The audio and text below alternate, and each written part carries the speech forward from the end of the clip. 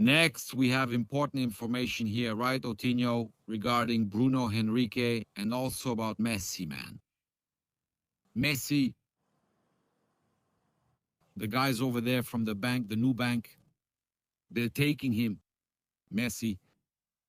They're taking him to the Allianz, which will now have the bank's name. I won't advertise it, but Messi is going there.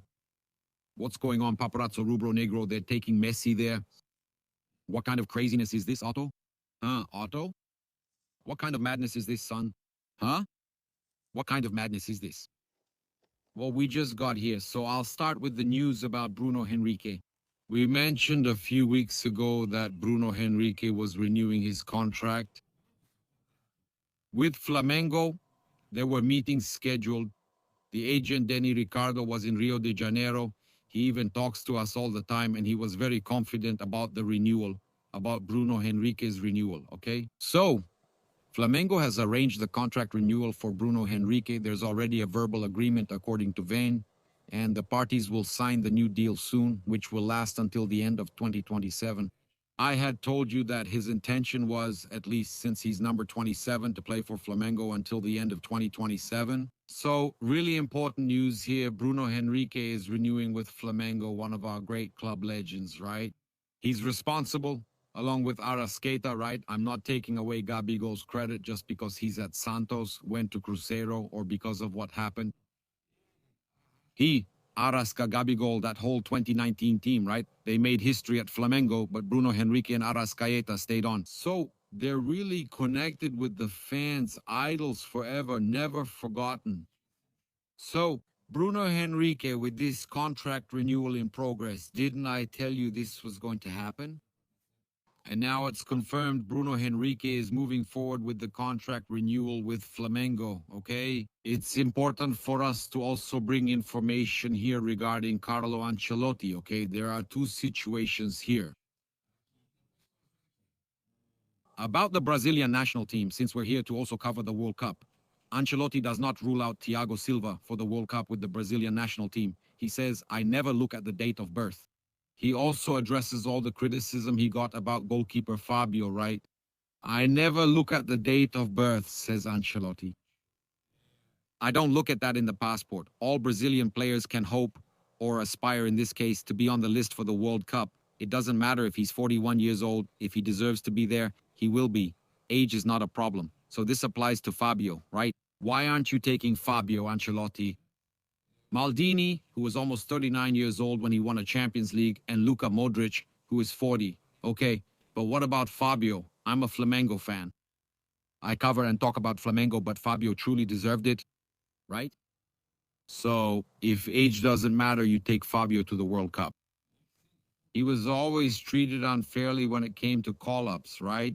It's unbelievable. Look at that. Man. Ancelotti also talked about Neymar, okay? After the knee injury, Neymar had a great recovery. He's scoring goals. He needs to keep going in this direction and improve his physical conditioning. He's on the right track.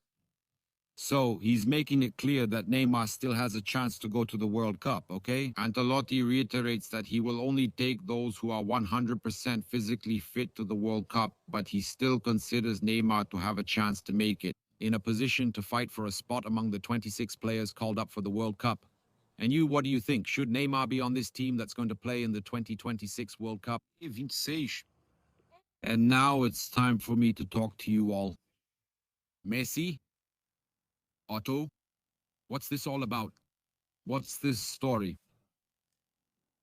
What's this story about Messi at Palmeiras, Messi in Sao Paulo, Messi at Allianz, Messi at Allianz? What's this story, Otto?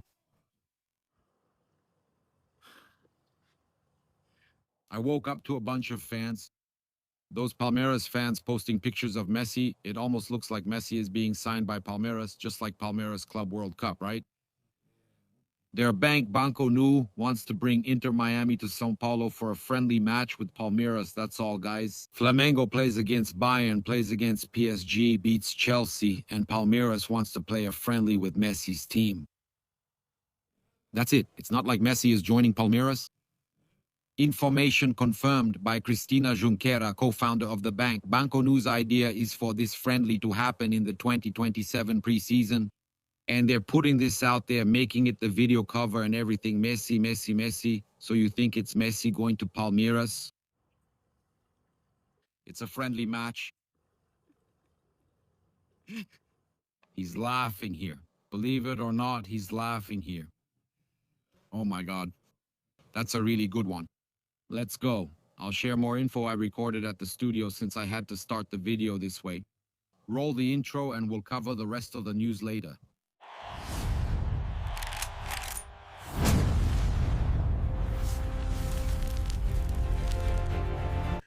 And look, we had some important news here. Emerson Royal paid off a debt, man. That's a huge amount, huh? 650,000 euros.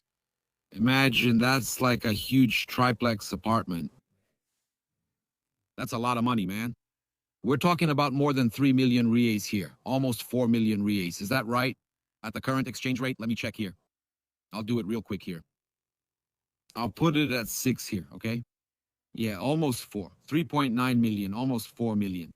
Emerson Royal paid the debt and avoided the punishment. He could have been banned from football, suspended from football.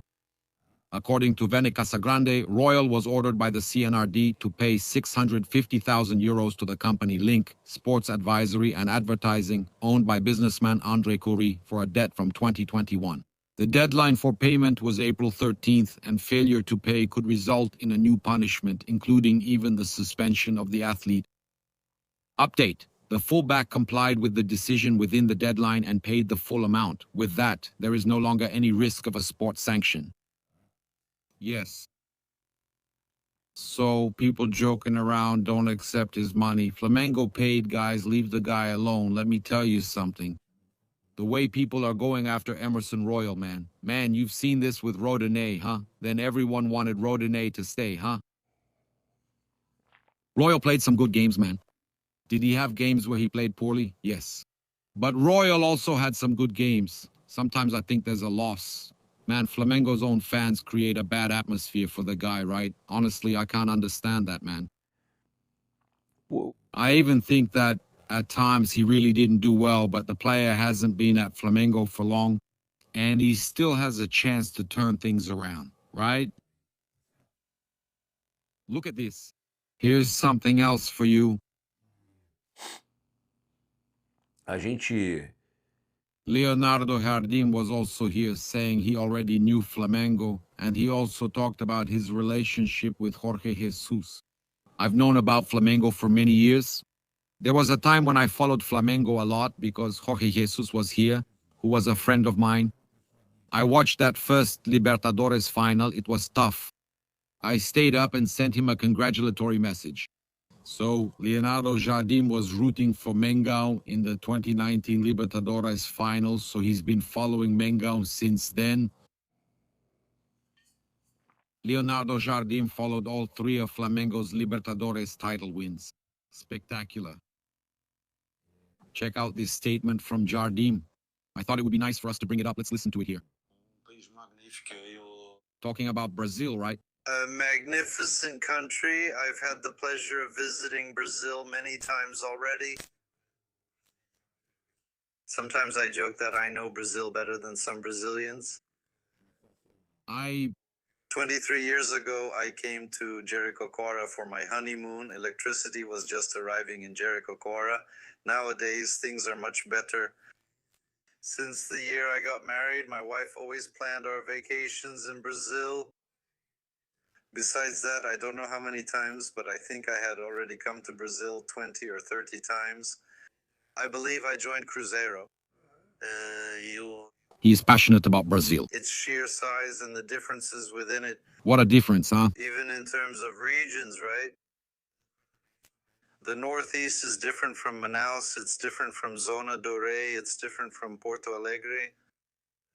That's why it's a country I like a lot. Working, it's where I've enjoyed myself the least. Because work takes up my time and I can't enjoy everything that Brazil as a country has to offer, especially the people who are with you. What do I think is cool for us to highlight here? The difference of do the difference in how Leonardo, Jardim, and Abel Ferreira are treated. I'm not talking about Palmeiras. Forget Palmeiras, okay, guys? I'm talking about Portuguese coaches. You have Abel Ferreira's coaching staff always talking about Brazil in a derogatory way. Talking about how football is in Brazil. Always talking about Brazil in a negative way. How many have you seen here? Especially the assistants, Abel's assistant. How they speak about Brazil in a negative way. I even get upset about the way they refer to Brazil. And you see Leonardo Jardim, the affectionate way, the love he has for the country, for Brazil. That's amazing. I think that really shows a lot about Leonardo Jardim, that fantastic side he has, and he's winning everyone over at Flamengo. I'm really rooting for our coach, okay? Friend of JJ, he rooted for Flamengo in 2019. He's got credibility. I hope he manages to do a great job at Flamengo for a long time. I hope he has many good years at Flamengo. Look at that. The Fla-Flu will have the referee explaining decisions over the microphone. That's a new thing in refereeing. CBF announced new refereeing changes for the Flamengo-Fluminense derby. Referee Rafael Klaus will use the stadium's sound system to explain decisions to the public. These are decisions made after VAR review. In addition, the drawing of the offside lines will no longer be shown in real time. Only the final result of the check will be displayed. According to the refereeing committee, the idea is to make the game more dynamic and take the opportunity to bring fans closer to the decisions. Guys, we have a funny situation here to share with you. Maringá teased Flamengo. The fans are making jokes, a bug's life and all that. Maringá took an 8-goal beating from Flamengo in the Copa do Brasil. Again, they were already going after Flamengo. I think it was about some artwork. Now they're going after Flamengo, saying that Flamengo copied. Plagiarism. Flamengo copied the jersey. Alternate jersey. The white jersey. First white jersey copied from Maringá. Hey, Flamengo, once is cool. It's funny. We even feel honored. But even this year's uniform is too much.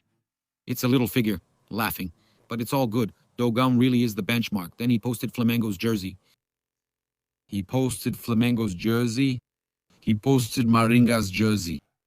And then the guys are like, hold on, wait a minute. How is this related to Maringá's? Are you guys crazy? What does that have to do with Maringá's jersey, my friend? You guys are crazy, man. Maringá saying that Flamengo is copying. What does that have to do with Maringá's jersey? Oh, maybe it's the number of sponsors and stuff. They even have some interesting sponsors, right? That was a stretch, right? Do you want a cookie? Want attention? Does Maringá want attention? Yeah, I guess so.